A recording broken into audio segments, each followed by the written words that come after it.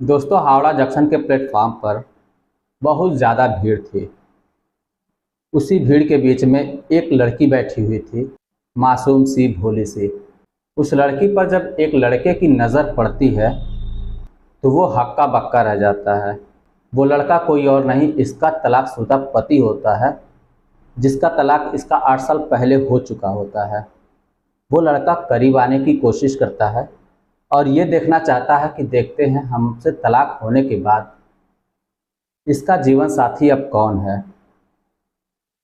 वो धीरे धीरे करीब आता है। तब तक दोस्तों ट्रेन आ जाती है। लड़की स्लीपर कोच में चढ़ जाती है। लड़के का सीट होता है एसी कोच में, लेकिन वो भी अपने तलाकशुदा पत्नी के पीछे पीछे स्लीपर कोच में चला जाता है। लड़की जाकर जब अपने सीट पर बैठती है तो ये लड़का बैठने की भी कोशिश करता है। दोस्तों, उसके बाद सारी कहानी हम जानते हैं कि क्या होता है। बहुत ही दिलचस्प कहानी है। इस कहानी को आइए जानते हैं शुरू से। लेकिन कहानी को शुरू से जानने के पहले आप लोगों से यही रिक्वेस्ट है कि चैनल को सब्सक्राइब नहीं किए हैं तो सब्सक्राइब कर लीजिए, जिससे हमारा मोटिवेशन बनता रहे। चलिए दोस्तों शुरू करते हैं। दोस्तों, लड़की का नाम पूजा होता है और लड़के का नाम प्रदीप होता है। दोनों की 10 साल पहले शादी हुई थी, मगर 2 ही साल में दोनों का तलाक हो जाता है। चूँकि गलती दोनों की थी, लड़के की भी थी, लड़की की भी थी, लेकिन फ़िलहाल तलाक हो जाता है। दोस्तों, ट्रेन चल पड़ती है। पूजा स्लीपर कोच में अंदर चली जाती है और बीचों बीच डिब्बे में जब पहुंचती है तो वो एक साइड वाले खिड़की के किनारे, वहां पे जो सीट होती है, उस सीट पे वो बैठ जाती है। प्रदीप भी उसके पीछे पीछे जाता है और एक किनारे छुप जाता है, ये सोचकर कि देखते हैं यहाँ पे किसी की सीट होगी तो वो आएगा बैठेगा अपनी सीट पर। अगर जो है इसका पति ही होगा तो वो भी आएगा बैठेगा, तो मैं देख लूँगा कि आखिर जो है ये मेरे बिना किस तरीके से ज़िंदगी बिता रही है। दोस्तों, प्रदीप ये सारी चीज़ें छुपकर देख रहा होता है। वहाँ पे खड़े खड़े ये देखता है कि जब कोई भी आकर उस सीट पे बैठने की कोशिश करता है तो पूजा उसको मना कर देती है। बोलती है, भैया यहाँ पे मत बैठिए और यहाँ पे आपकी सीट नहीं है। कोई बोलता है, आता है, कहता है कि बहन जी मुझे थोड़ा समय बैठने दीजिए, मैं अगले स्टेशन पर उतर जाऊँगा। पूजा कहती है, नहीं यहाँ पर मत बैठिए, आप कहीं और पर बैठ जाइए। इसी तरह से करके बारी बारी से कई लोग आते हैं तो पूजा उनसे बोलती है, भैया आप लोग किसी और सीट पर बैठ जाइए, मेरी तबीयत खराब है। ट्रेन थोड़ी रफ्तार पकड़ती है। प्रदीप भी धीरे से जाके वहाँ पे अपना बैग रखता है। जब बैग रखता है तो पूजा बोलती है कि यहाँ से बैग हटाओ जी, क्यों यहाँ पे बैठने के लिए, जब मैं मना कर रही हूँ कि मेरी तबीयत खराब है तो फिर क्यों यहाँ पे बैग रख रहे हो।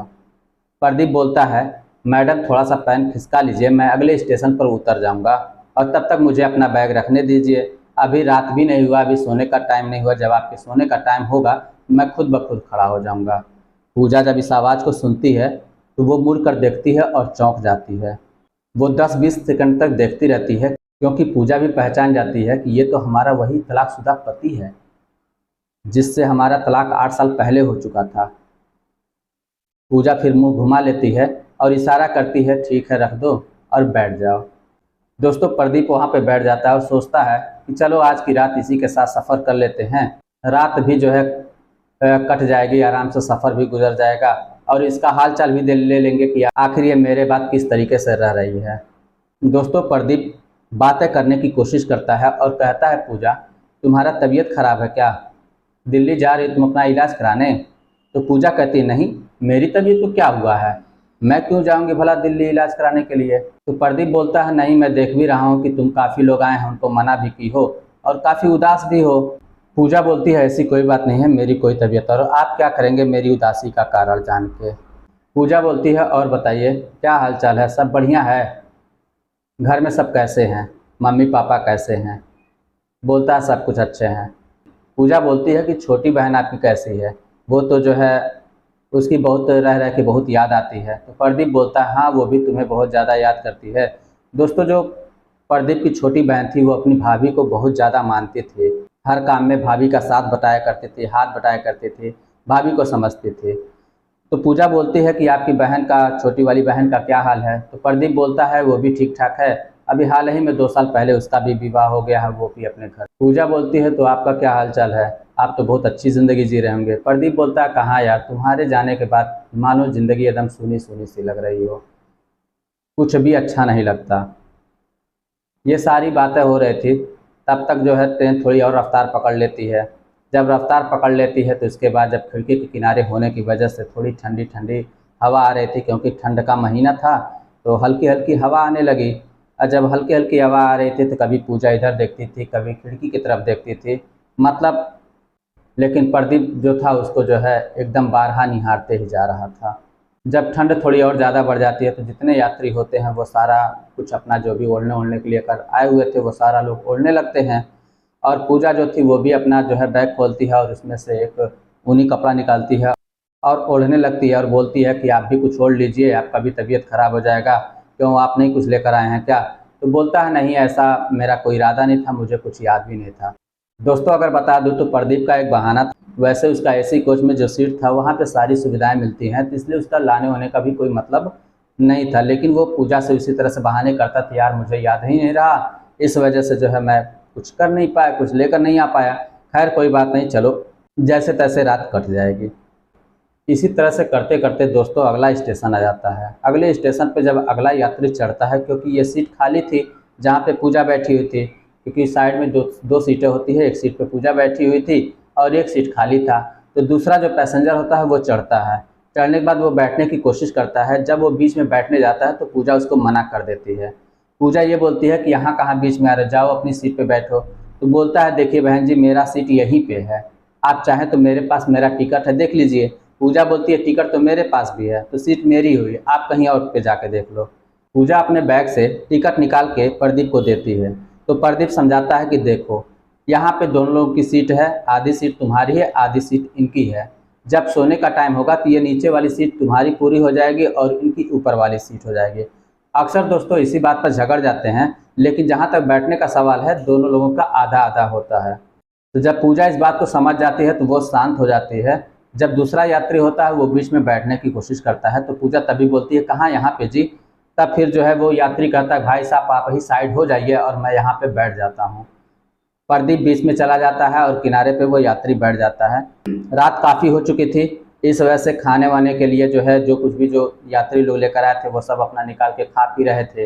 पूजा भी अपने बैग से जो है 2 रोटी निकालती है और उसके बाद खाने जाती है। बोलती है क्या आप खाना नहीं लेकर आए हैं? तो बोलता है नहीं यार मैं कुछ भी नहीं लेकर आया हूँ, खैर अभी जो है कोई आएगा तो वहीं से ले दे के खा लूँगा। तो पूजा कहती है एक काम करिए, चलिए 2 रोटी लाए हैं, 1 रोटी आप खा लीजिए, 1 रोटी मैं खा लेती हूँ। और वैसे भी जब हम लोग जो है पति पत्नी की तरह थे तो इस तरह से हमने काफ़ी एडजस्ट किया है। तो प्रदीप बोलता है देखो ये 2 रोटी लाए हो, इसमें ना तुम्हारा पेट भरेगा ना मेरा पेट भरेगा। पूजा बोलती है कि पेट ना मेरा भरे ना बाप का भरे, लेकिन कम से कम मिल बांट के खा ही तो लेंगे। इस तरह से हमने जब कई बार किया तो एक बार और सही। तो ये लोग रोटी वगैरह खाते हैं, तब तक जो है बिरयानी बिरयानी कहते हुए एक लेकर आ जाता है। और उसके बाद बिरयानी जो है यहाँ प्रदीप 2 प्लेट बिरयानी लेता है, एक पूजा के लिए एक अपने लिए, और दोनों खाने लगते हैं। फिर खाने के बाद जब सोने का टाइम आता है तो उस समय जो है पूजा बोलती है जब आप कुछ लेकर नहीं आए ओढ़ने के लिए तो एक काम करिए आधी कंबल आप ओढ़ लीजिए, आधा मैं ओढ़ लेती हूँ, और दोनों का रात का सफ़र अच्छा बीत जाएगा। क्योंकि आपको जो है मैं जानती हूँ जहाँ तक आपको जो है ठंडा वंडा तो लगता नहीं है। तो बोलता है नहीं मुझे तब से ठंडा नहीं लगता है, किसी ने ऐसा किया था कि मुझे जो है इसी रजाई को लेकर इसी कंबल को लेकर दोनों से बहस हो गई थी, इस वजह से तब से मुझे ठंडा नहीं लगता। दोस्तों प्रदीप का कहीं ना कहीं इशारा उसकी पत्नी की तरफ था, लेकिन जो है पूजा भी बोलती है कि उसमें भी गलती आपकी ही रही होगी। दोस्तों बता दो ये लोग जब पति पत्नी थे तो एक बार की बात है, ठंड का महीना चल रहा था, प्रदीप सोया हुआ था। पूजा जो है उठाने गई लेकिन वो उठ नहीं रहा था, तुम्हारे गुस्से के मारे पत्नी लाकर उस पर पानी ही डाल देती है।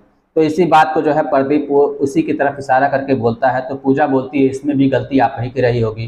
प्रदीप बोलता है इसमें कहाँ मेरी गलती है यार, अगले ने पानी डाल दिया तो मैं क्या करूँ, तो इस पर जो है मेरी गलती कहाँ से है। तो दोनों लोग इस बात को सुनकर हंसने लगते हैं। अब खाने पीने का सिलसिला खत्म हो गया, उसके बाद जो है दोनों ओर बैठ के रहने लगे। पूजा बोलती है कि क्यों बस इतना ही आपका हो गया, अब नहीं कुछ खाना है? तो प्रदीप बोलता है अब क्या खाना है? पूजा बोलती है अरे आपका तो खाना वाना कुछ और है, आप जो है अब उसका टाइम हो गया है, वो चीज़ खाइए पीजिए। तो प्रदीप बोलता है नहीं यार ऐसी कोई बात नहीं है, अब तुमको मैं कैसे यकीन दिलाऊं कि मैंने खाना पीना सब कुछ छोड़ दिया है, अब मैं पीता वीता नहीं हूँ। दोस्तों अगर मैं बात करूँ तो इन लोगों के तलाक का मुख्य कारण यही था कि प्रदीप जो था बहुत ज़्यादा शराबी था, ये शराब पिया करता था और शराब पी के उल्टी सीधी हरकतें किया करता था, मारता पीटता था। इसके घर वाले, रिश्तेदार वाले या आस पड़ोस के लोग सभी लोग परेशान रहते थे। सभी लोगों ने समझाया बुझाया लेकिन इसको कुछ भी समझ में नहीं आया। तब अंततः इसके माता पिता ने कहा कि बेटी तुम जो है इसके पीछे ज़िंदगी क्यों बर्बाद कर रही हो और तुम छोड़कर चली जाओ, तुम अपना घर बसा लेना। चूँकि पूजा नहीं चाहती थी कि इसको छोड़ के जाए, क्योंकि पूजा प्रदीप से बहुत ज़्यादा प्यार करते थे। लेकिन जब अंततः हार गई तो उसके बाद जो है उसने डिवोर्स लेकर जो है रास्ता ही अलग कर लिया और दोनों अलग अलग रहने लगे। तो यहाँ पे भी यही बात होती है। पूजा बोलती है कि क्यों आप पीते खाते नहीं है, तो बोलता है नहीं यार मैं नहीं कुछ खाता पीता, मैं किस तरह तुम्हें यकीन दिलाऊं, मैं तुम्हारी कसम खा के कहता हूँ मैं कुछ भी खाता पीता नहीं हूँ। पूजा कहती हूँ मैं कौन होती हूँ, मेरी कसम क्यों खा रहे हैं। प्रदीप बोलता है यार चाहे जिसकी कसम खिला लो, और मैं माँ की कसम खा के बोलता हूँ कि लेकिन ऐसा मैं पीता खाता कुछ भी नहीं, मैं सब कुछ छोड़ चुका हूँ। पूजा बोलती है, चौंक जाती है, अरे ऐसे कैसे हो गया, जिसके लिए आपने सब कुछ छोड़ दिया, जिसके लिए सब कुछ खत्म हो गया, वो चीज़ आप छोड़ दिए। काश ये चीज़ आप पहले किए होते, लेकिन खैर कोई बात नहीं, मुझे बहुत खुशी है कि आपने छोड़ दिया। पूजा बोलती है अब हंसी खुशी से ज़िंदगी रही है, कोई दिक्कत नहीं, आप आराम से, मुझे बहुत खुशी है। कह नहीं सकती कि मुझे कितनी ज़्यादा खुशी हो रही है कि आपने पीना खाना छोड़ दिया, और ईश्वर करे कि आप हमेशा इसी तरह खुशहाल ज़िंदगी बिताएं।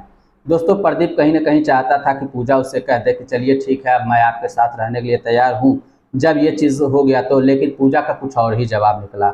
जब प्रदीप पूजा से बोलता है कि क्या हुआ, तुमने अभी शादी नहीं किया क्या, तो पूजा बोलती है नहीं मैं इसी के लिए दिल्ली जा रही हूँ, मेरी वहाँ पे एक फ्रेंड है, उसने लड़का देख रखा है, मैं वहीं पे जो है देख सुन लूँगी, उसके बाद शादी वादी हो जाएगी। दोस्तों फिर पूजा बोलती है कि क्या आप इस समय क्या कर रहे हैं, तो प्रदीप बोलता है देखो यार मेरा पीने खाने की वजह से मेरा गांव में काफ़ी नाम खराब हो चुका था, इस वजह से मैं दिल्ली में ही रहता हूँ, वहीं पे मेरे साथ माता पिता भी रहते हैं और वहीं पे जा रहा हूँ, देख सुन के फिर जो है अपना जैसा होगा उसके बाद शादी विवाह करूँगा। वैसे भी अकेले ज़िंदगी काटनी बहुत मुश्किल है, अब मुझे समझ में आ रहा है। दोस्तों ये सारी बातें होते होते सुबह का समय हो जाता है और पता ही नहीं चलता है कि कब रात बीत गए। दिल्ली का स्टेशन आ जाता है, दोनों लोग स्टेशन से उतरते हैं। उसके बाद जो है प्रदीप बोलता है कि पूजा अगर कहो तो मैं तुम्हें जहाँ जाना चाहती हूँ मैं छोड़ दूँ। पूजा बोलती है कि रहने दीजिए, आप जाइए, कोई दिक्कत नहीं है, मेरी फ्रेंड आती होगी और वो मुझे पिकअप कर लेगी, मैं चली जाऊँगी। प्रदीप जो है आंखों में आंसू लिए और पीछे धीरे धीरे जो है पलट कर मुड़ कर देखता, कभी निकल जाता, फिर आगे वो चला जाता है। तो उसके कुछ समय के बाद उसकी फ्रेंड कविता आती है। कविता आती है, पूजा से बोलती है कि क्या तुम्हें ट्रेन में आने में कोई समस्या हुई, तो पूजा बोलती है नहीं कोई बात नहीं, और मेरा वही तलाकशुदा पति मिला हुआ था और बहुत अच्छा हो गया है, बेचारा सुधर उधर गया है, तो लेकिन बहुत उदास दिख रहा था। कविता बोलती है चल छोड़ यार उसको जाने दे, उसको इसी तरह से मरने थे, जब उसको तेरी कदर तब नहीं थी तो अब क्या करेगा कदर करके, चल ठीक है तू मेरे साथ चल और मैं अपने बॉस के कंपनी पे लेकर चलती हूँ, वहीं पे तुम बॉस से मीटिंग करवा दूंगी, उसके बाद जो है देख सुन लेना, अगर सही लगेगा तो अपना विवाह शादी कर लेना। दोस्तों कविता पूजा को लेकर बॉस के पास वहाँ पे कंपनी पे चली जाती है। कंपनी पे जाने के बाद गेट पे ही पूजा को बाहर रोक देती है और अपने जाकर बॉस से पूछती है कि बॉस मैं लिवा के आई हूँ जिस लड़की को देखना था। दोस्तों वहाँ पे ये कविता बोली होती है कि पूजा जो है अभी कुंवारी है, इसकी शादी नहीं हुई है। तो कविता का जो बॉस होता है वो बुलवाता है लड़की को अंदर। जब लड़की अंदर जाती है तो जाने के बाद क्या देखती है, दोनों आमने सामने जब पड़ते हैं तो दोनों की आंखें फटी की फटी रह जाती हैं। कविता बोलती है कि देखिए बॉस यही लड़की है, तो बॉस बोलता है कैसा है यार, तुम चुप रहो यार, मैं इसे अच्छी तरह से जानता हूँ, तुम नहीं जानती, यही तो मेरी तलाकशुदा पत्नी है। फिर वो अपनी पत्नी पूजा से बोलता है कि देखो यार अगर ईश्वर नहीं चाहता तो हम लोग दोबारा नहीं मिलते, पता नहीं तुम कहाँ होती मैं कहाँ होता, लेकिन ईश्वर चाह रहा है तो हम लोग क्यों ना कोशिश करें, क्यों ना हम सारी बातें भूल कर फिर से एक नई ज़िंदगी की शुरुआत करें और हंसी खुशी से अपने परिवार में रहें। पूजा भी इस बात से सहमत हो जाती है और दोनों जो है मिलकर गले मिलते हैं। उसके बाद आगे बढ़ते हैं, फिर जाते हैं दोनों घर के लिए। जब घर वाले भी देखते हैं कि दोनों लोग में फिर से सुलह समझौता हो गया है, दोनों साथ रहने लगते हैं, तो बहुत खुशी होती है घर वालों को। और इस तरह से दोस्तों ज़िंदगी इन लोगों की हंसी खुशी गुजरने लगती है। तो बस दोस्तों आज की कहानी में इतना ही था। आपको कहानी कैसी लगी मुझे कमेंट बॉक्स में लिखकर ज़रूर बताइएगा। चलिए फिर मिलते हैं नेक्स्ट वीडियो में, तब तक के लिए जय हिंद।